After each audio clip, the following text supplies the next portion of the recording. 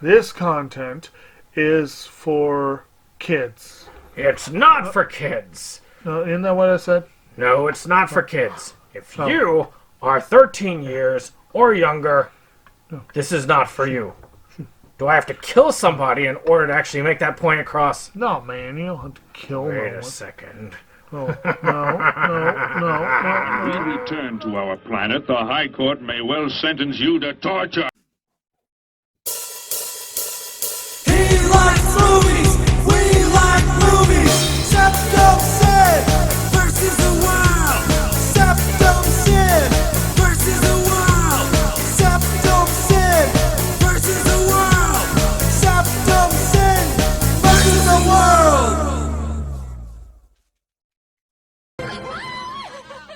I'd buy that for $1. Greetings! You're watching SeptumSin versus the world. I'm SeptumSin, and I'm here to show you what I got. Show me what you got. I want to see what you got. Oh boy. Well, today we have some interesting stuff today. So we're going to go ahead and we're going to start talking about some fun projects. Now, the first one here is Sorceress from Synapse. Might as well be Severin. It's one of those boutique ones that usually is on everybody's high dollar lists. Larry Barnes is on a fast track to a partnership in a prestigious law firm, and his sexy witch wife, Erica, will do anything to keep her husband happy. But Erica makes a fatal mistake when she tries to kill Larry's main competition and for the partnership. Howard Reynolds, let's see here, plots her revenge. Using witchcraft and mystical meditation and a mystical medallion, Amelia tries to destroy everyone and everything in Larry's life. So, you know, it's an interesting one. I have seen it. It's actually pretty good overall. I do like that. It's a classic revenge tale, a lot of sex, a lot of violence, you know, things that you would expect from these types of people. I think if you are one of those who loves those types of films, you know who you are. You do. You know who you are. Yeah, you do. Alright. I keep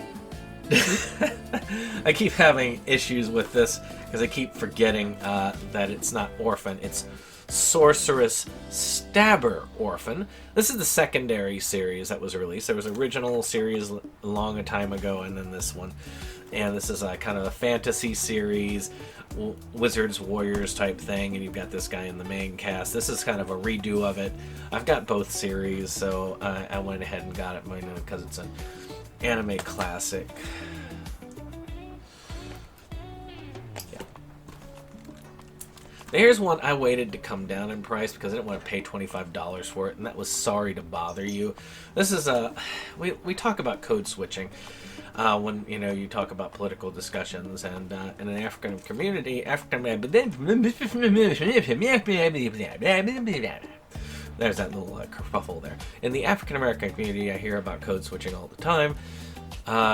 When they talk to me about these things, and a lot of that is changing your voice to suit different purposes, which you shouldn't have to do because things have, but unfortunately society is shitty and people have to do a lot of things that they shouldn't have to do.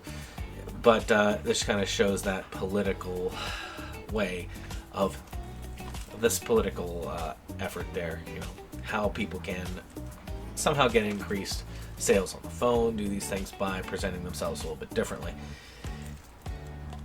Society is tough. I have not seen all of it. I've seen only part of it, but I've heard it gets weird later on in it. So, and it's not just political satire, that it gets a little odder than that. So we'll see. Now this one's a classic. I never got to see it as a kid, but I was told that it was really good, and that is the movie Space Camp. Now this was released by Kino. I couldn't help but grab it when it was on sale. It says here, stars belong to a new generation.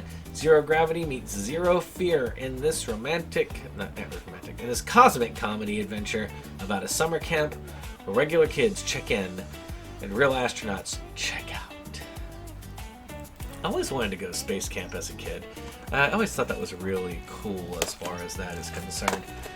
But, you know, only the really smart kids made Space Camp. I was the kind of mediocre kid.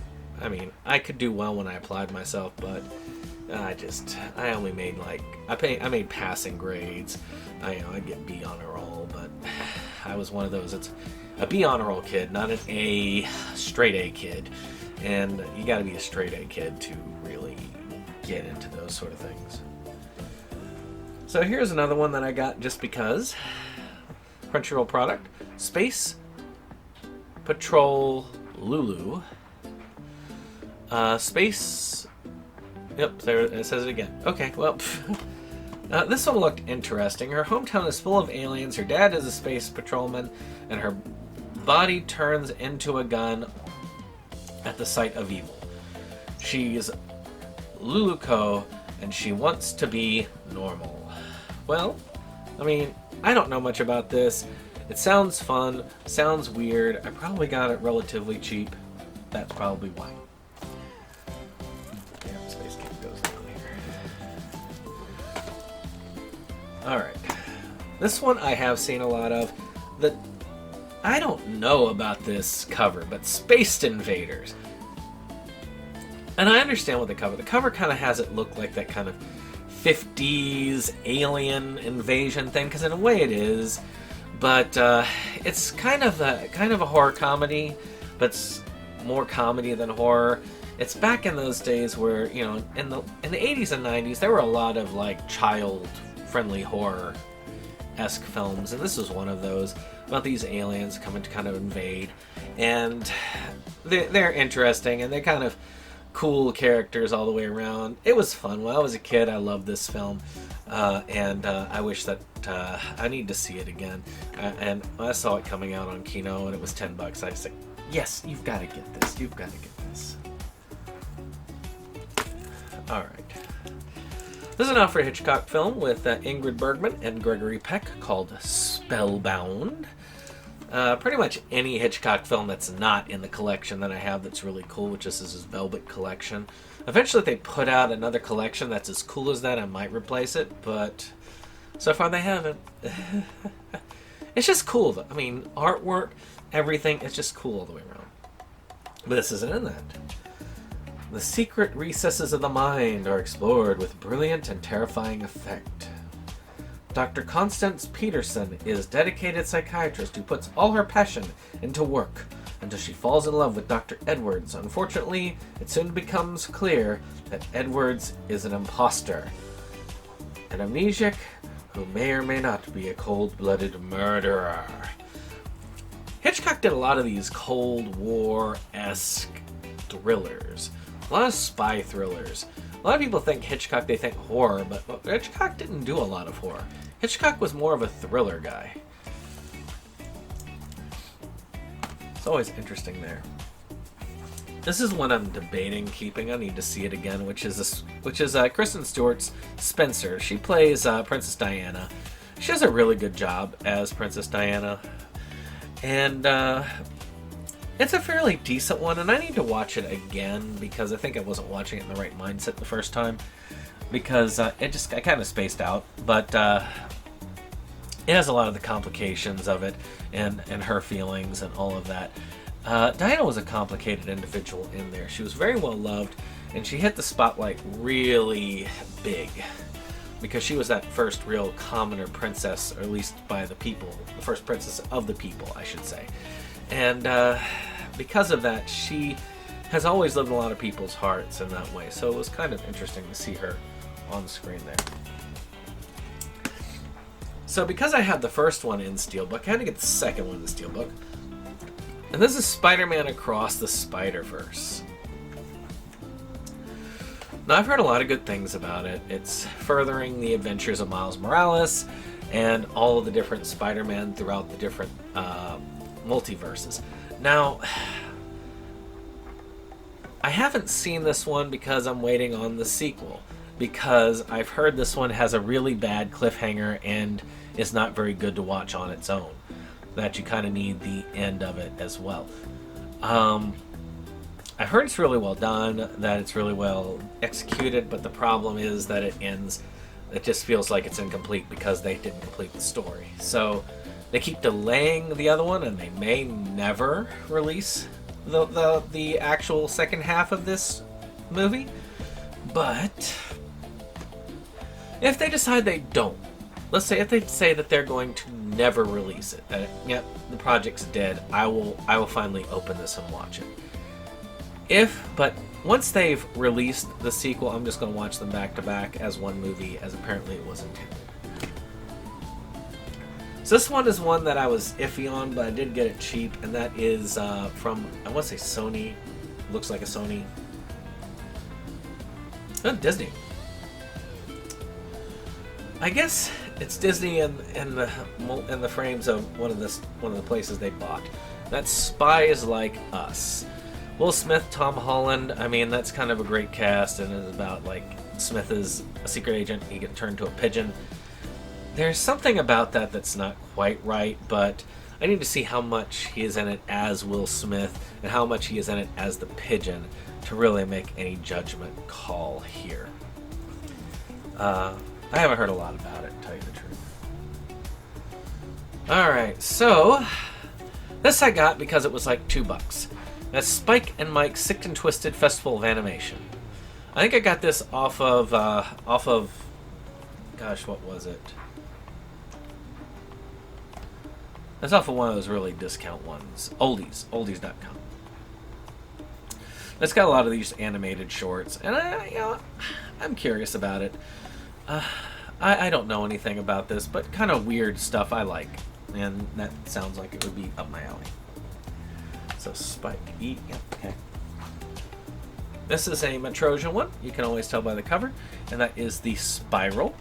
This is another one of their shorts that they put out. They put out their shorts all on individual discs. A man about to end his life confronts Satan and expresses his thoughts on mankind. I am kind of glad I got a hold of these because there's not a lot of people who have these, and it preserves a piece of media that you don't really get to see. I mean, these aren't easy to get nowadays, but if you caught it at the right time, you could have gotten it dirt cheap. So, yeah.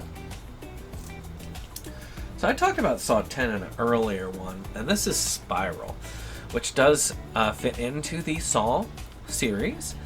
And this one stars Chris Rock and Samuel Jackson, and Chris Rock plays a detective trying to track down these killings that happen from the the Saw killer. And I don't know. I liked this one. I thought this one was well done. It kind of refreshed the series for me because the series had started to get a little bit stale. And just, here's some more torture porn.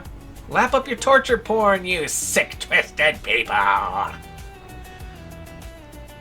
that was it. But to me, this actually did pretty good. I like this one. It did kind of give it more of a fresh feel to it. I'm kind of glad it wasn't just a numbered Saw movie. It just stood out amongst the rest and is an excellent horror movie. I would say if you've seen the first Saw, that's really all you need. The rest of it, you can just get on your own. Now this one's a fun one. I can only get this on DVD, and that is Spirit Halloween movie. It's about these kids. I even watched it this year for Halloween. It's about these kids who decide that, for their last hurrah, they're going to camp out at a Spirit of Halloween. And unfortunately, the ghost of the evil landlord at the time is haunting it, and he ends up haunting a lot of the creepy things in there and coming after the kids so that he can possess one of their bodies from now and forever. And I like that. I do like that. This was fun. This had a lot of DNA about those types of films I talked about in one of these earlier videos about the ones they used to release all the time in the 80s and 90s, where these kids deal with this kind of family-oriented horror stuff. And this is good. This felt really good, nostalgic, and it was a lot of fun. There was also one by one of the Wayanses that did something similar to that, also very well done, about Halloween decorations that come to life. It was a really good one. I don't remember the title though. Here's another one I've seen, I need a refresher of though, is Spookies from Vinegar Syndrome.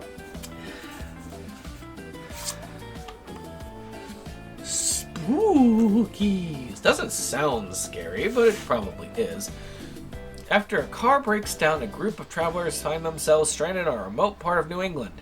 After taking shelter in a spooky old mansion, complete with graveyard, they discover a Ouija board and decide to spend the night attempting to summon some spirits. But the group soon learns that playing with forces of black magic isn't as fun as it seems.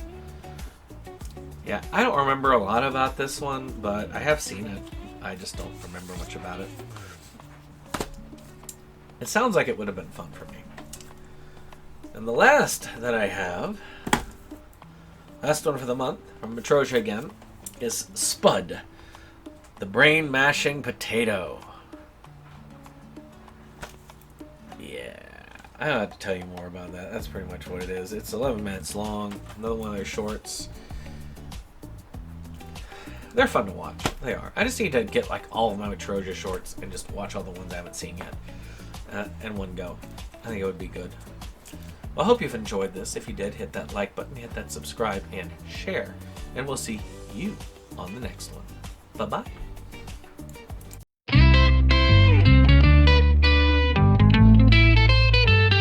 SeptumSin versus the world. It's that place for all the boys and girls. You'll feel real safe, you'll feel real warm. It's a cozy place to ride out the storm. SeptumSin.